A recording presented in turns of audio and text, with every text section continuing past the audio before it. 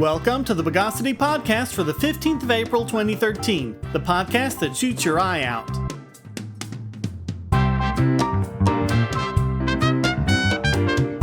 This is your host, Shane Killian. Let's excommunicate the news of the bogus. In 1983, when Peter Billingsley played little Ralphie Parker in the movie A Christmas Story, his ongoing desire for a Red Ryder BB gun with a compass in the stock of this thing which tells time didn't seem to raise any eyebrows from viewers at the time. Now, due to one of those whiskey tango foxtrot moments, we live in a world where a 7-year-old with a BB gun was arrested and charged with felony possession and discharging of a firearm. Sam Grant almost spent his 8th birthday in jail after he accidentally hit a passing car with a shot from his BB gun. The mother offered to pay for the damages to the car, and I am a bit curious how a BB gun does $350 worth of damage to a car, but the deputy said he wasn't going to press charges, and neither was the driver. Sam got punished. His parents took his BB gun and made him do community service to teach him responsibility. In a sane universe, it would have ended there. But in the universe that we live in, the family got a court summons from the Department of Juvenile Justice. Sam was being charged with a violent felony. After putting Sam through a hell he just couldn't understand, according to his parents, he spent the evening of his birthday scared and shaking over what would happen in court the next day. The charges were dropped at the last minute. According to their court-appointed lawyer, quote, "I really feel like it was a political thing.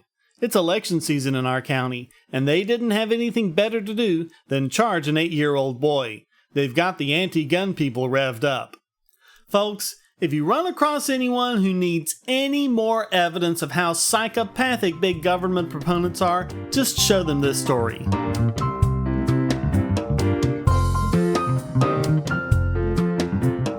And now it's time for your least favorite game and mine, stupid copyright tricks. As if we Firefly fans needed any more reason to hate the Fox network, they've started going after people making duplicates of the knitted hat worn in the show by the character Jayne, played by Adam Baldwin. Firefly fans have been making and selling these hats pretty much since the show aired. Understand they do not feature the word Firefly, the logo, or any other trademarked emblem or design. It's just that same yellow and orange wool hat that ties under the chin. Now, Fox is sending out cease and desist orders. According to one seller, quote, "These are not big money-making companies, but single women, moms, and retired ladies that have made them because they love the show and are creative people. They weren't making fortunes, maybe pocket money, or the funds that got them from paycheck to paycheck. Now they are not only making nothing monetarily, but they no longer have an outlet to sell anything else they make because Etsy banned them." Etsy is the site where individuals sell their handcrafted items. Apparently, this move comes after Ripple Junction obtained a license from Fox to produce items from the show, including the Jayne hat. It proved to be very popular on ThinkGeek and other sites that sell genre items. But it should be noted that this decision was apparently not that of Ripple Junction, Etsy, or any of these others. The order comes straight from Fox. ThinkGeek in particular released a statement in which they made it clear they had nothing to do with the C&D notices, and if people wanted to make their own, then it was, quote, "shiny." Understand that this is not a case of people ripping off original copyrighted designs from a TV show. The original Jayne hat was based on designs of hats worn by people in Peru, and cuts of clothing can't be copyrighted anyway. Can you imagine if someone owned the rights to the t-shirt or the necktie? Ever notice how Stetson doesn't take action against other companies mocking up their original design? Just to give this issue the perspective it needs, here's a testimonial from one of the individuals selling her own Jayne hat, written back in April 2007, long before these C&D letters were sent out. It's from Heather Hill, a woman with an autistic daughter. Quote, "After the diagnosis, returning to my job as a local TV producer was off the table, as I needed to be available for her. Our family's income was immediately halved. At the same time, we picked up quite a few extra expenses. The net proceeds from 2 Jayne hats or 4 kits are exactly the amount that it costs for 1 hour of occupational therapy or 1/2 hour of speech therapy for my child. With the help she's getting, my child is doing remarkably well. She's in a mainstream 2nd grade classroom with some extra help throughout the day. She'll be rising to 3rd grade this fall. I do not believe this would be possible without the extra private therapies we've thankfully been able to afford. Because of Firefly and the love it's inspired in the fans, our lives are immensely richer." But of course, she's a greedy, evil person, taking bread from the mouths of those corporate bigwigs at Fox. We're always sold the fiction of intellectual property on the basis of it being protection for the small fry against the big corporations who otherwise would completely run roughshod over them. At this point, how stupid do you have to be to actually believe that?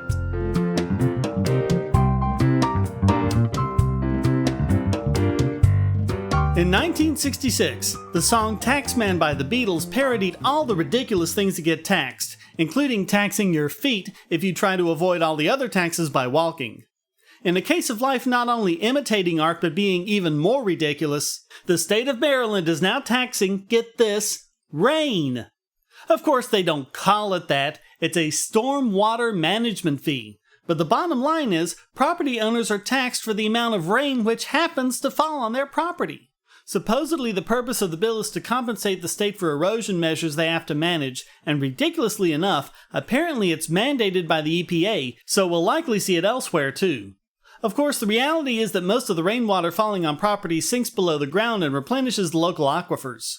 This really smacks of government trying to get tax revenues from people who don't need to pay for municipal water supplies because they can just take it right out of the ground. Actually, it really smacks of a state with budget issues trying desperately to do anything other than downsize their bloated government.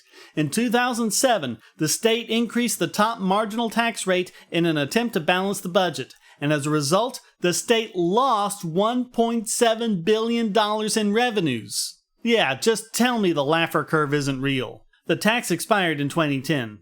Folks, taxation is not the solution for anything. Let the politicians get away with it, and they'll tax whatever they feel like. And the budgets won't get balanced, the problems of the state won't get fixed, and more people will be unemployed and impoverished as a result. This has been shown to be the case time and time again. By all means, call for more taxes if you just can't give up your devotion to your cult, but don't pretend it's any less contradicted by the empirical evidence than young Earth creationism.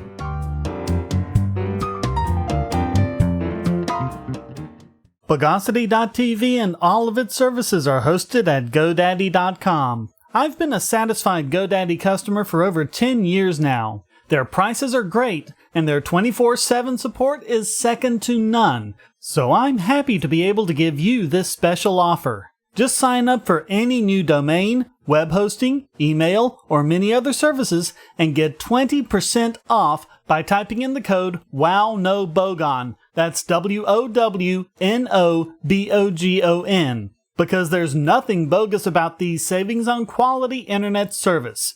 Get your own .com with a personalized email address, or establish your online business in a snap, all for 20% off. And if you buy before April 30th, 2013, you'll get a whopping 35% off your order, and you'll help this podcast too. Just go to GoDaddy.com and use the code WOWNOBOGON. Of course, anyone who says there's anything suspicious about the way alleged terrorists are made to cool their heels in the U.S. military outpost in Guantanamo Bay are just a bunch of conspiracy theorists. They're un-American terrorist lovers who hate mom, apple pie, and Chevrolet. And now that we have a black president, they're racist too. So apparently it's just more misinformation by the vast libertarian conspiracy that documents have been vanishing from the computers of defense lawyers in these very cases. We're talking documents that are supposed to be confidential regarding the defense of these accused. That sort of confidentiality is supposed to be sacrosanct. According to one of the defense counselors, Navy Commander Walter Ruiz, quote, 3 to 4 weeks worth of work is gone, vanished. They also found evidence that their internal emails and internet searches were being observed as well. Now they're calling for their upcoming hearings to be suspended so that these issues can be addressed. The date of the next hearing has already been pushed ahead to June 11th. In a separate case, systems admins were found to have acted on orders of prosecutors and accessed more than 500,000 defense files, which included confidential attorney-client communications. Folks, if this kind of thing were to be done on U.S. soil in a proper court of law, all those involved would be facing immediate disbarment hearings. As if we needed any more evidence that Gitmo should be shut down and these trials held in the U.S., they just handed it to us on a platter. Quick note to the defense attorneys. This is a good reason to keep copies of all your important documents on a flash drive or external hard drive. In fact, you might want to consider storing them there instead of on Pentagon computers. And of course, all this occurs more than 4 years into the presidency of the man who promised to close down Guantanamo Bay. How long is it going to be before people stop falling for flowery, feel-good political rhetoric?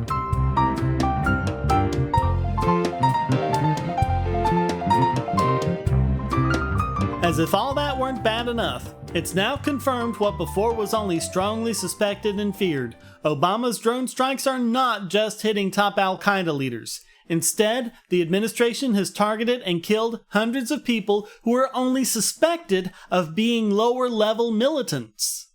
The information comes from a classified U.S. intelligence report, which includes lists of alleged insurgents who aren't even listed as a member of a terrorist group, and many who are just vaguely referred to as other militants and foreign fighters.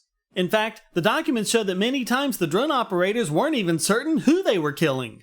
In response, the White House simply reiterated its assertion that these strikes are only made against people who are members of organizations involved in the 9/11 attacks who pose a serious and not speculative threat and cannot be captured before they act against the United States. Same old rhetoric, but the documented evidence says otherwise.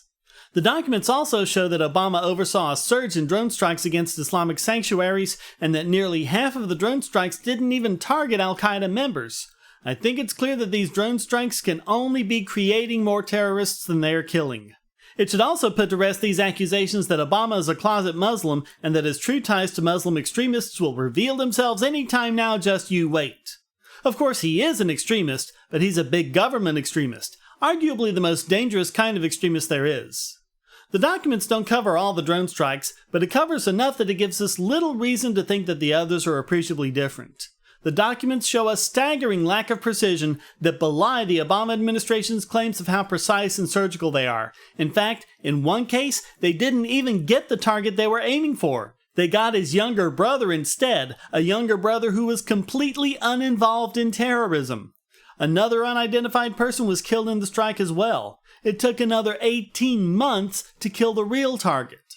Folks, if the Bush administration were insane warmongers, the Obama administration is totally out of control and extremely paranoid. They also either have no compunction about lying directly to the American people about what's really going on, or they're so deluded that they have to believe their rhetoric and not their own intelligence reports. Either way, it does not bode well.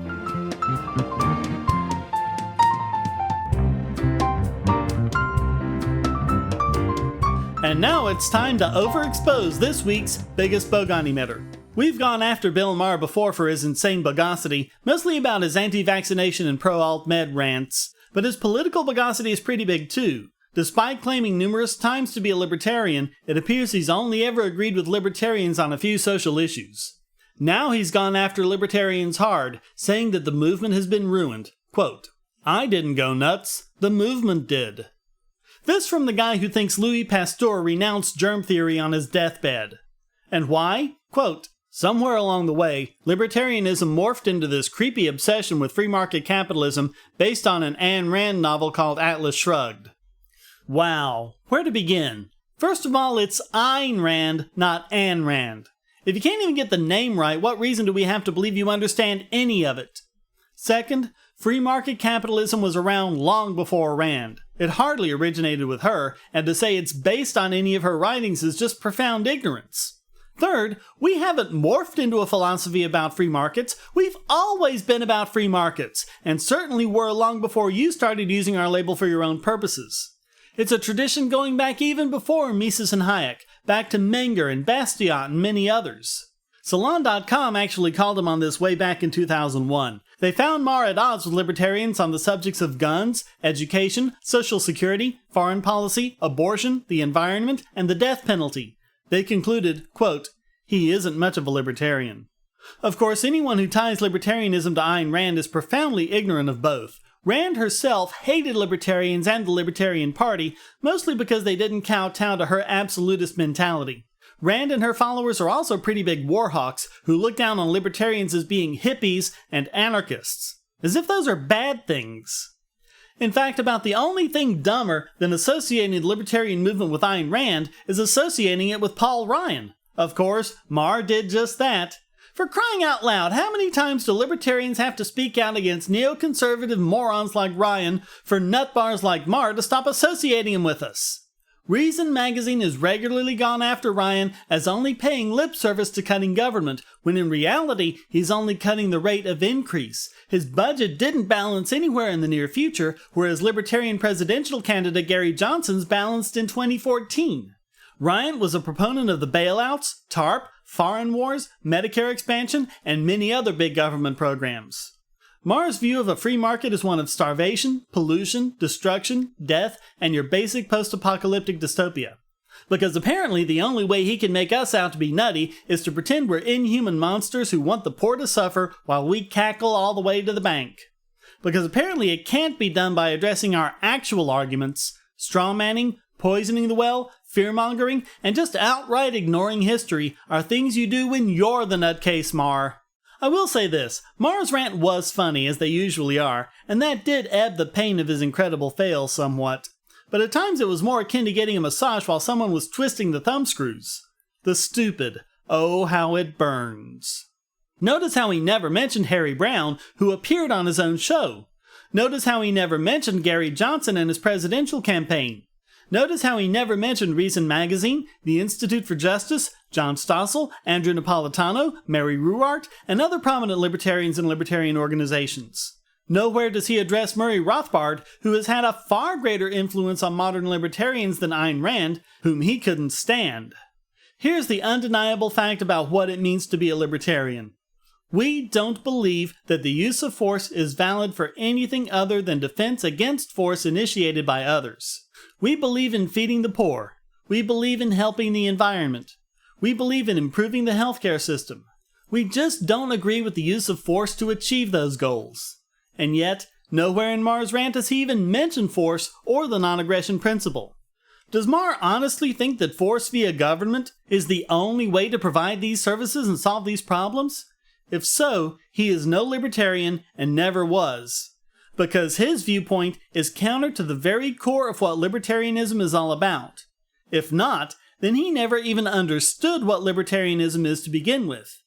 And all that means there's just no getting around the fact that only Bill Maher could be this week's biggest Bogon emitter.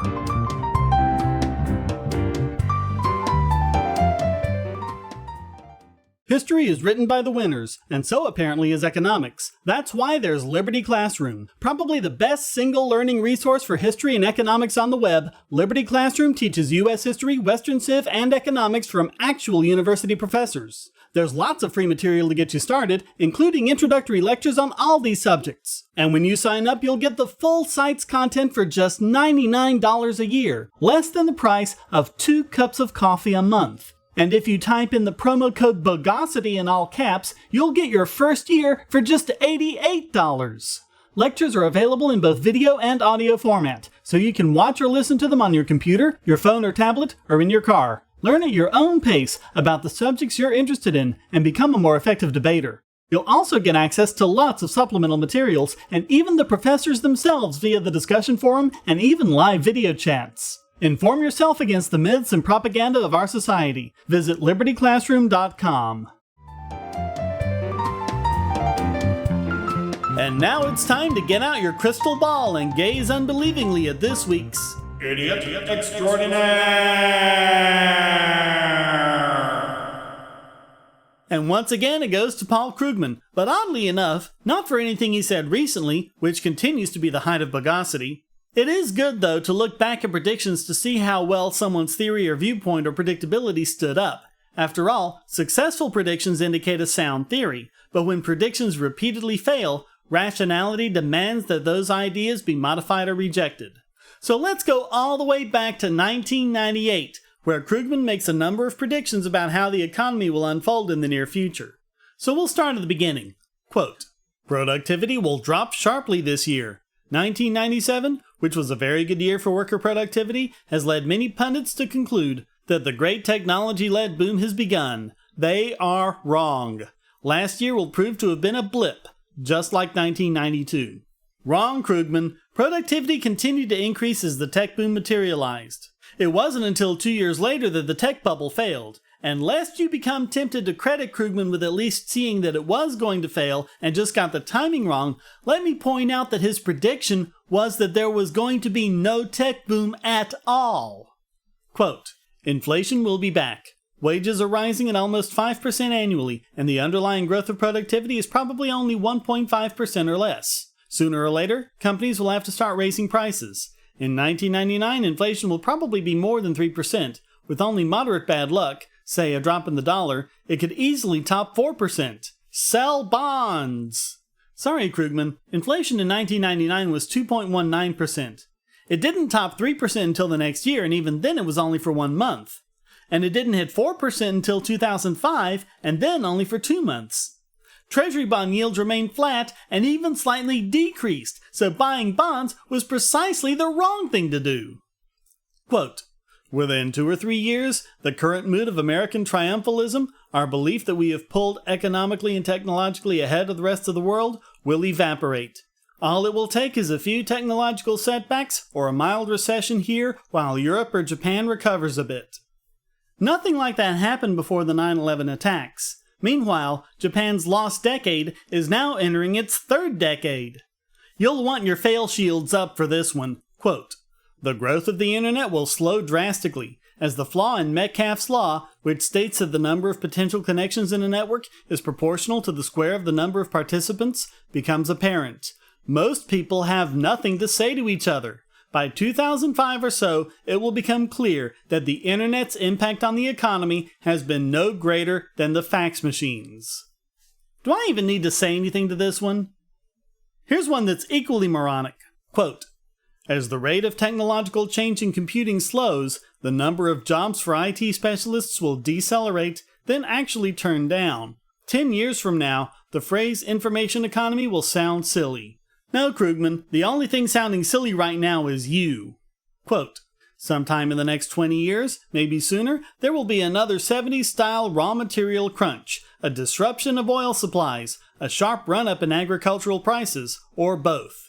Even if we're being generous, we can only count this as being kinda sorta true.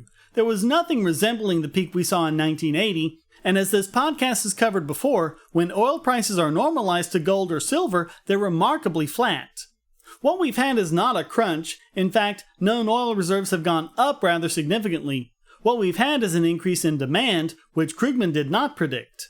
So really, about as accurate as Sylvia Browne. A couple of things that could be wormed into appearing accurate if you did enough retrofitting, and lots of things that were astoundingly wrong. Well, you want to know what the biggest fail is? These predictions were attached to an article by Krugman entitled, Why Most Economists' Predictions Are Wrong. I am not making this up. And in it is the reason why his predictions went awry. He looked at the failure of predictions that were overly optimistic and decided it would be more accurate to make predictions that were overly pessimistic. His article concludes, quote, so never mind the hype. The truth is that we live in an age not of extraordinary progress, but of technological disappointment. And that's why the future is not what it used to be. Well, that future was a future of social media and smartphones and online high-definition videos and driverless cars and organs made from stem cells and space telescopes finding Earth-like planets and private space vehicles and all sorts of things that tiny little minds like Krugman's could never have foreseen. We're fortunate that it wasn't people like him behind Apple or Google or SpaceX or any of the other innovating companies making our lives better every single day. Because Krugman just isn't fit for that. In fact, from looking at his track record, it doesn't seem that Krugman is fit for anything other than being this week's Idiot Extraordinaire!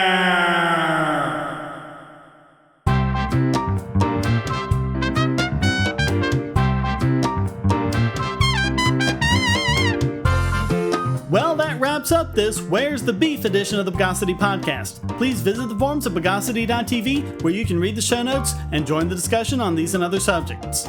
This podcast is free but not free to produce, so please donate via PayPal or Bitcoin at the top of the bogosity.tv website or down the right-hand side of the podcast page and give generously to keep this podcast going. And if you'd like to contribute to the podcast, just send a question, statement, news article, or rant to podcast@bogosity.tv. Put it in an audio file, and if it's good enough, it'll get played right in the podcast. Thank you for listening. Until next time, here's a quote from Alexis de Tocqueville. The invention of firearms equalized the vassal and the noble on the field of battle. The art of printing opened the same resources to the minds of all classes. The post brought knowledge alike to the door of the cottage and to the gate of the palace. The Bogosity podcast is licensed under Creative Commons Attribution Non-Commercial No Derivatives 3.0 Imported License.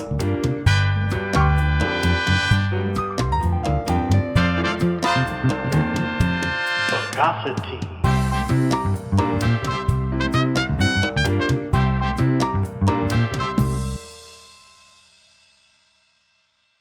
Do you want answers to creationist claims against evolution? Would you like to know more about evolution yourself, or even engage creationists more directly, with actual peer-reviewed sources to back you up? My book, How Evolution is Scientific, is designed to show the basics of evolutionary theory and how it is so well supported using the scientific method.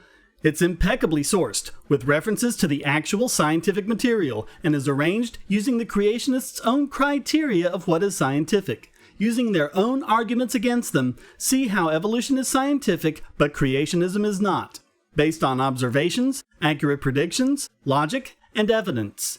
Get answers to common creationist claims, and even a primer on abiogenesis, the start of all life. It's all in my book, How Evolution is Scientific, available at Amazon and on Kindle, EPUB, and PDF as well. Get How Evolution is Scientific and never be taken in by creationists again.